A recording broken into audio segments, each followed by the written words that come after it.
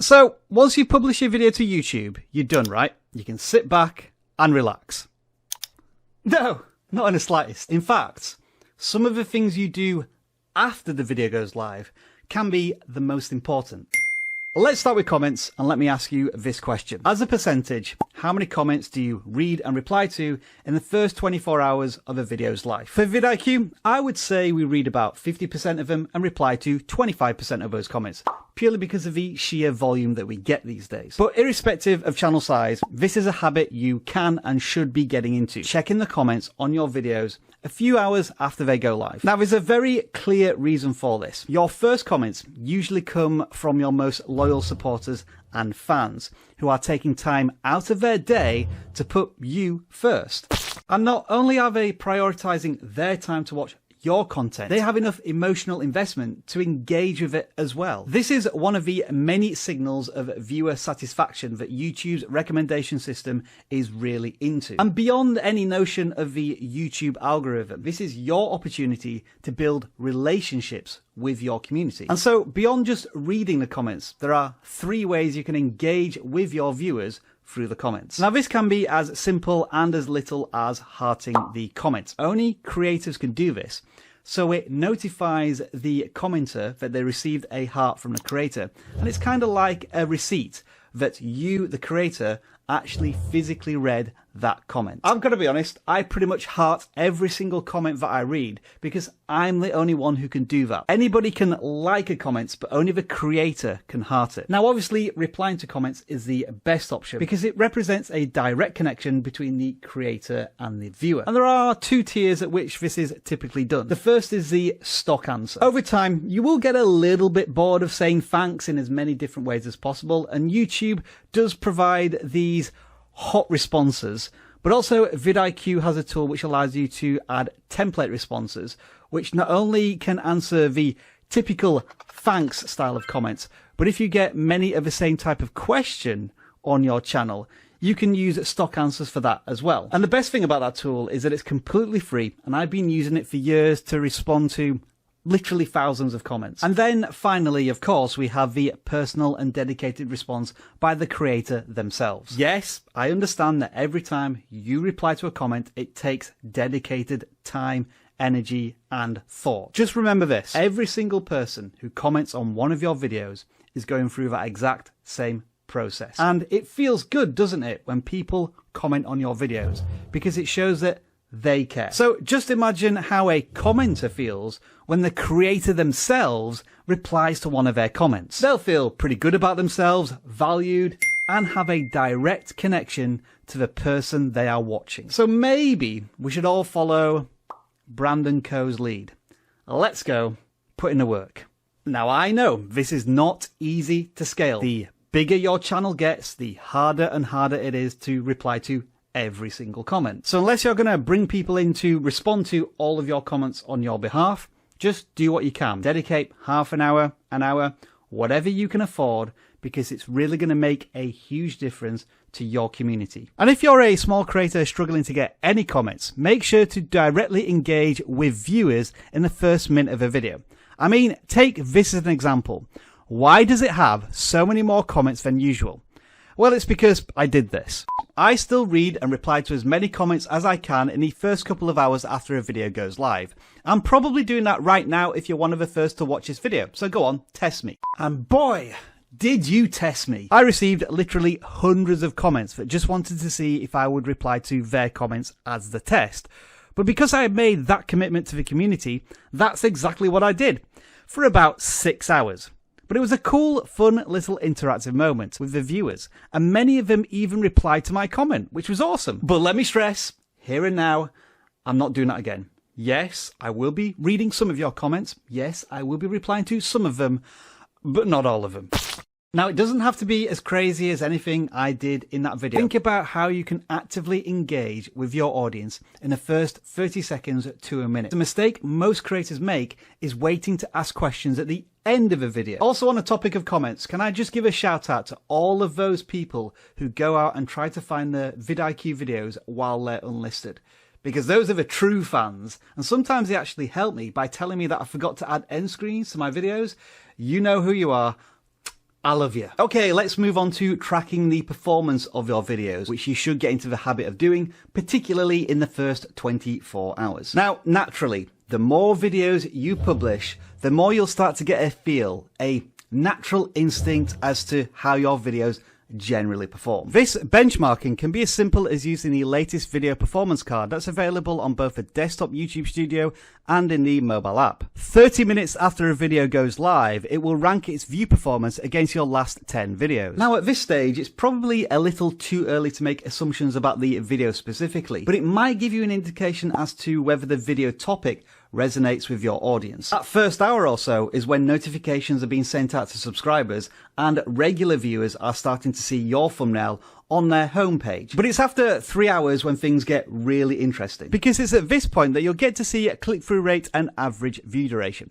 Very generally speaking, these are the two metrics YouTube suggests you improve, as this will lead to YouTube recommending your content more often, which means more impressions. But having said that, let me stress a really important point. There is no magic number when it comes to click-through rate and average view duration. Of course, the higher the better in both circumstances, but it's all relative to your YouTube channel. To give you an example, I'm going through a deep dive exercise at the moment, tracking click-through rate for the first 24 hours of a video's life.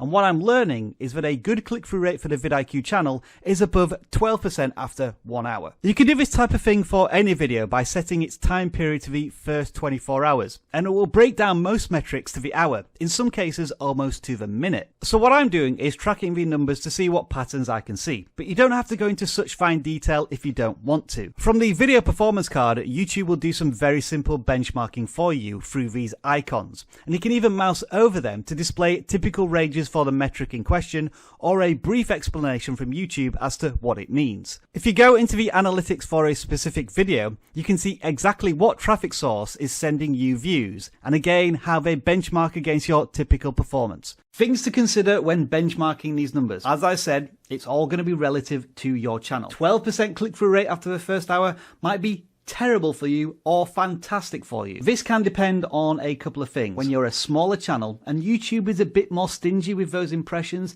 it can be that your click-through rate is a lot higher. And then, as you find success with your content, YouTube will share it out to a broad audience who maybe isn't as invested in your content, so click-through rate can lower. For example, if your impressions suddenly skyrocket along with views, but your click-through rate plummets, that's not a bad thing. This is an example of YouTube's recommendation system, otherwise known as the algorithm, taking successful content and sharing it with new audiences. You also have to consider the competition your video is up against, which can again affect click-through rate. The more videos there are on a certain topic, the more choice a viewer has. So generally speaking, click-through rates are going to be lower all across the board for that video topic. But if there are more videos on a topic, then that topic is likely to be more popular right now, or at least trending, which means that you'll get more impressions because more people want to watch videos on that topic. As I say, click-through rates can be very hard to pin down because of both viewer intent and creator intent. We'll come back onto that a little later. And then we have audience view duration, which can be massively influenced by video length. While there is some value to telling you what the average view duration is on your channel, it can mean very different things depending on whether the video is 3 minutes long or 10 minutes long. Which is why I recommend you return to the video analytics page 48 hours after a video goes live, for two reasons. First of all, you may see these statements from YouTube which try to translate numbers into words, which can be really useful if you're not a data person. And then we have audience retention. This is one of the strongest indicators of viewer satisfaction. Now again,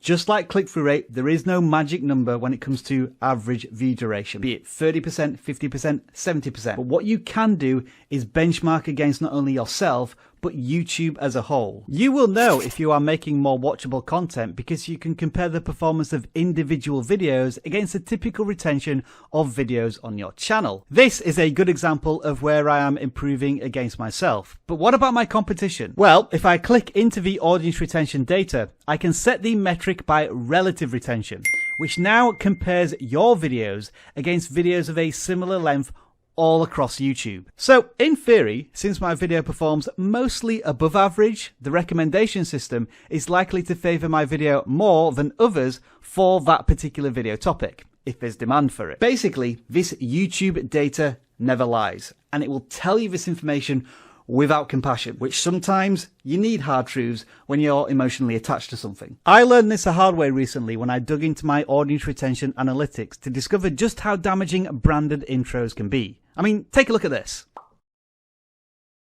On this occasion, the branded VidIQ intro cost me nearly a quarter of the entire viewing audience in 6 seconds. That was an analytical slap in the face, and that's why I don't use intros anymore. Now, of course, improving audience view duration is going to impact your future videos. Is there anything you can do with a video that's actually gone live? Well, you could go into the built-in YouTube editor and trim out all of the bits that are really hurting your video, but it may lose a bit of context. So what you probably want to focus on is click-through rate. And the things that obviously impact click-through rate the most are thumbnails and titles. You can change the entire messaging, the sales pitch of a video, through those two sources of optimization. So don't be afraid to start tinkering with your thumbnail and your title if you have that instinct that tells you very, very quickly that the video is not performing as you expect it to. Now, of course, it is much better if you have all of this already planned out in advance with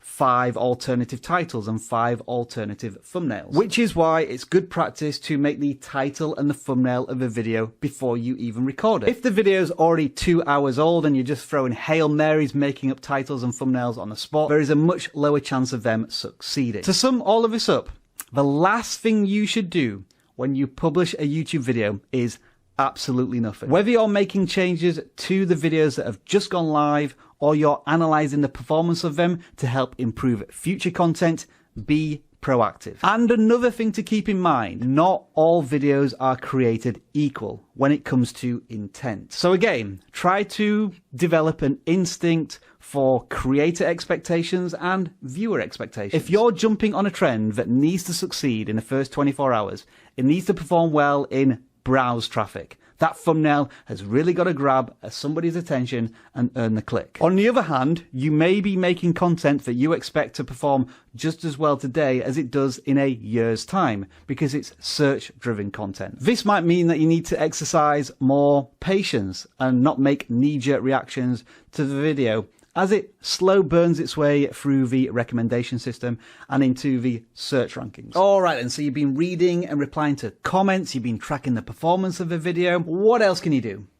Promote your video. If you have 500 YouTube subscribers, obviously one way to promote your content is the community tab, but don't just re-share the video. People on the YouTube app see more than enough videos auto-playing, so make this share an experience in itself. And what I mean by this is integrating the video into some form of interactive experience, be it a question or a voting poll. The goal here is to stop the swipe, to get the user to think about the community post itself and entice them into the idea that the video link contained within that community post may resolve the question or the voting poll itself. And I would follow a similar strategy no matter where you decide to share the video, be it on Instagram, Twitter, Facebook. If you share a YouTube video on another social media platform, it's going to feel too much like an advert unless you already have a well-established audience on that platform. Make the share in itself an experience the user can engage on whether or not they decide to watch the YouTube video. It's hard enough moving users from one platform to another, so at least give them some value on the platform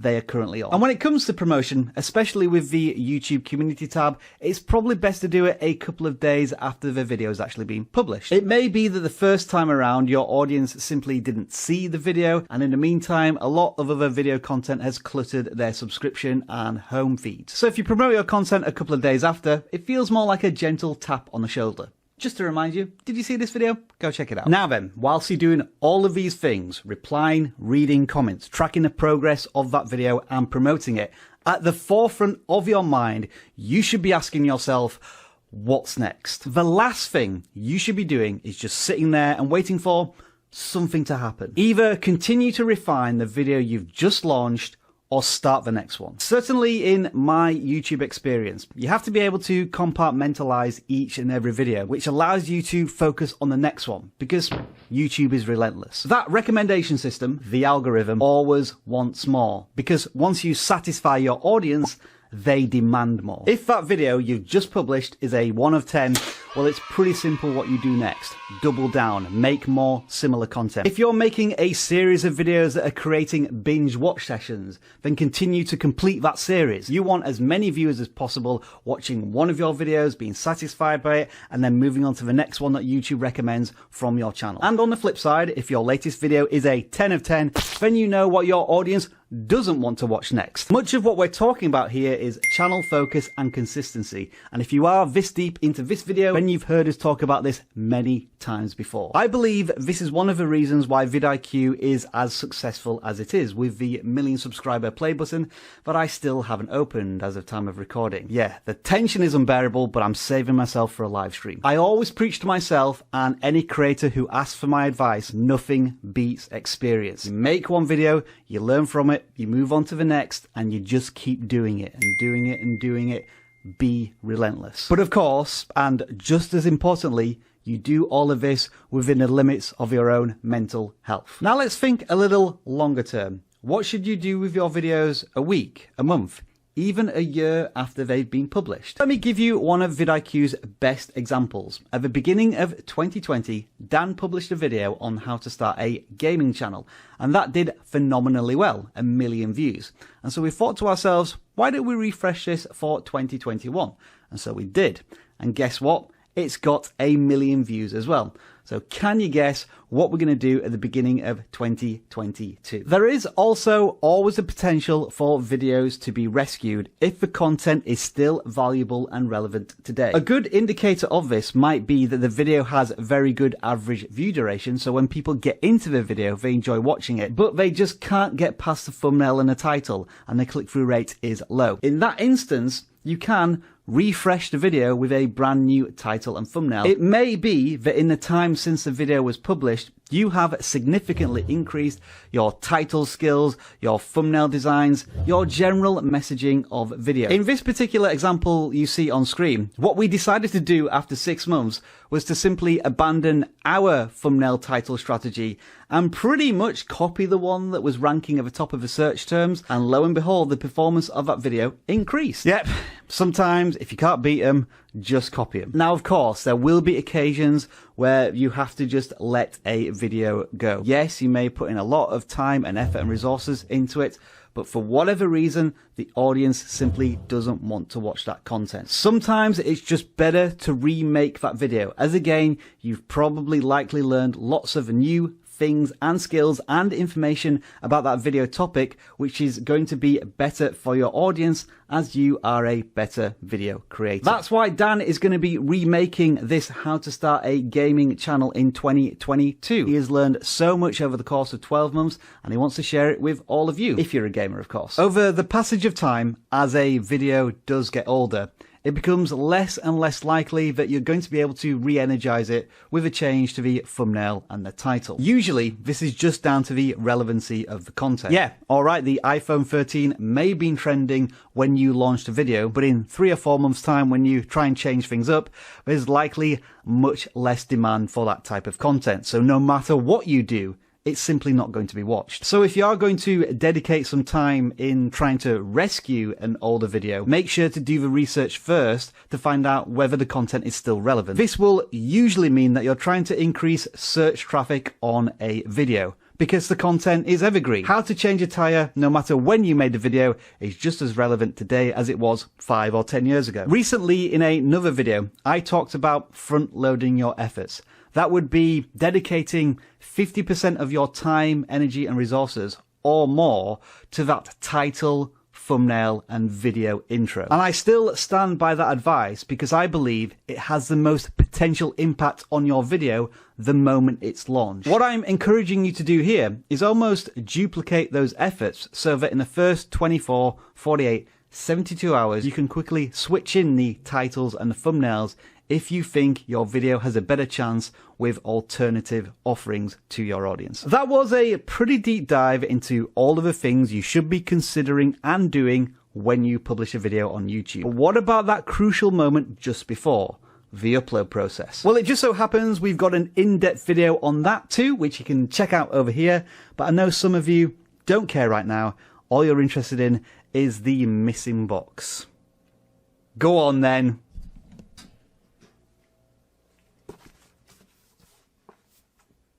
Blimey, that's big.